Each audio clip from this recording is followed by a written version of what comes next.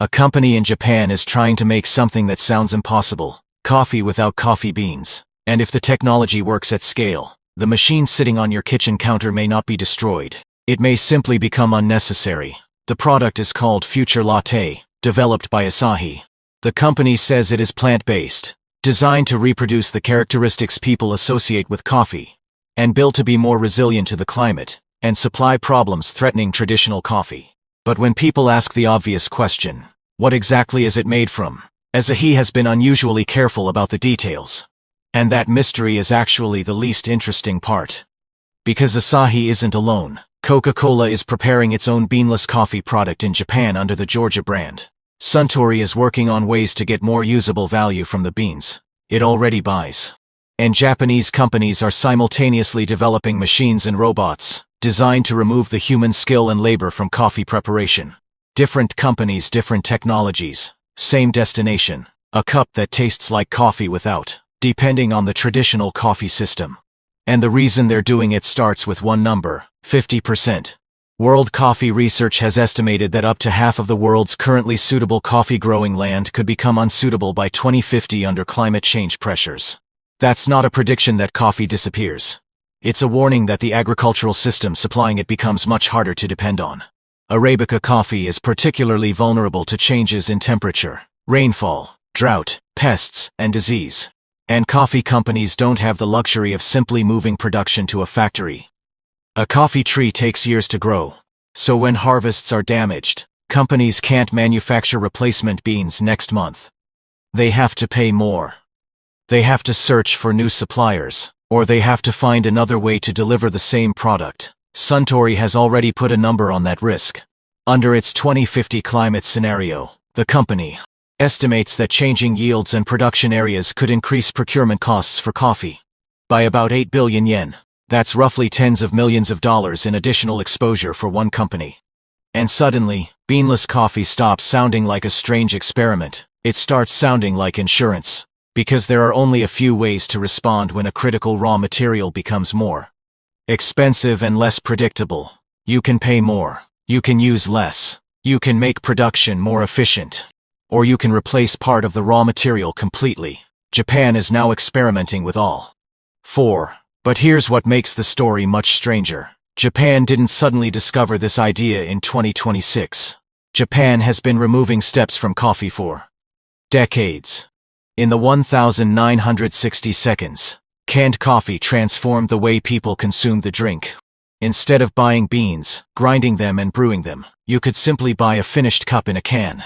Then came innovations such as drip bags, which turned the pour-over method into something that required almost no equipment.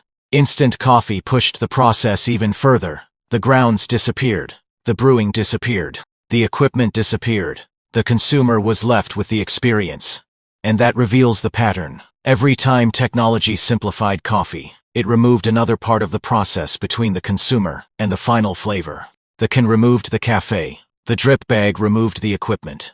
Instant coffee removed the grounds. Now beanless coffee is asking whether the final physical ingredient, the bean itself, can also be removed. And that is much harder than it sounds. Because coffee isn't one flavor. A roasted bean contains a huge mixture of aromatic compounds, acids, sugars, oils and bitter compounds.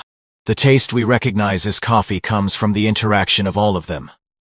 Change the balance and the drink changes. That means, a company trying to make coffee without coffee isn't simply looking for another brown plant. It has to recreate an entire sensory experience. That's why companies have taken completely different approaches. Some use plant-based ingredients and processing to reproduce coffee, like aromas and bitterness. Others use fermentation and roasting to transform alternative agricultural materials.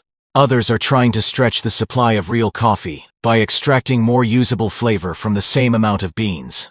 And some are trying to replace only part of the coffee, instead of eliminating it entirely.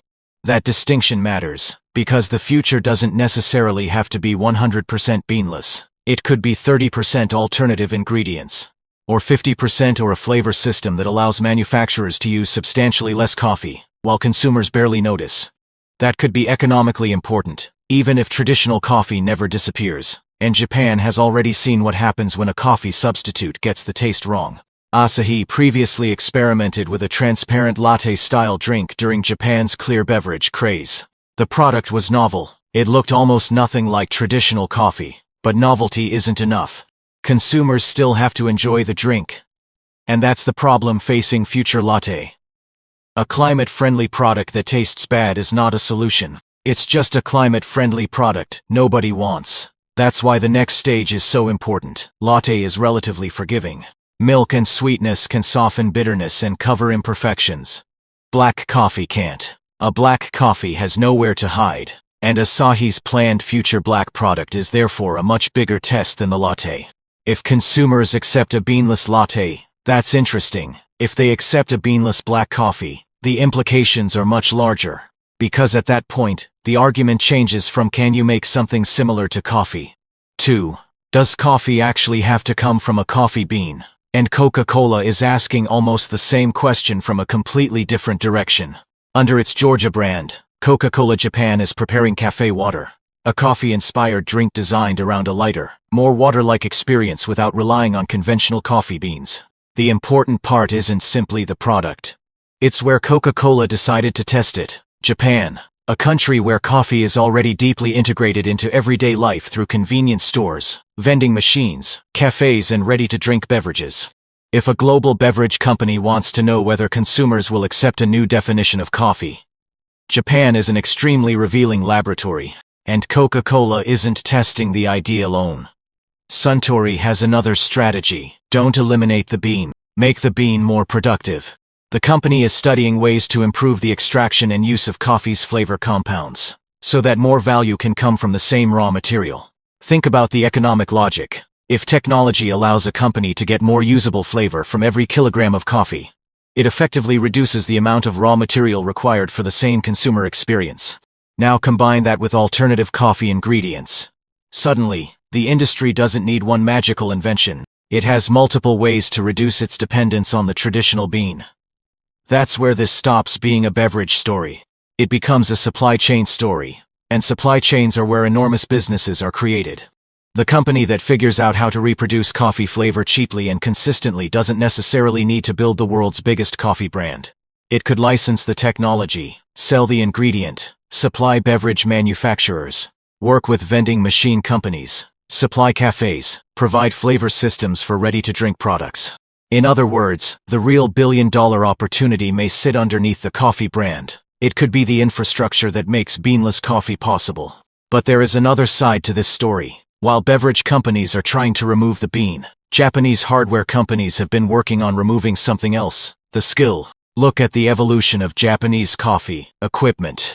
The Hario V60 became famous because it rewarded technique.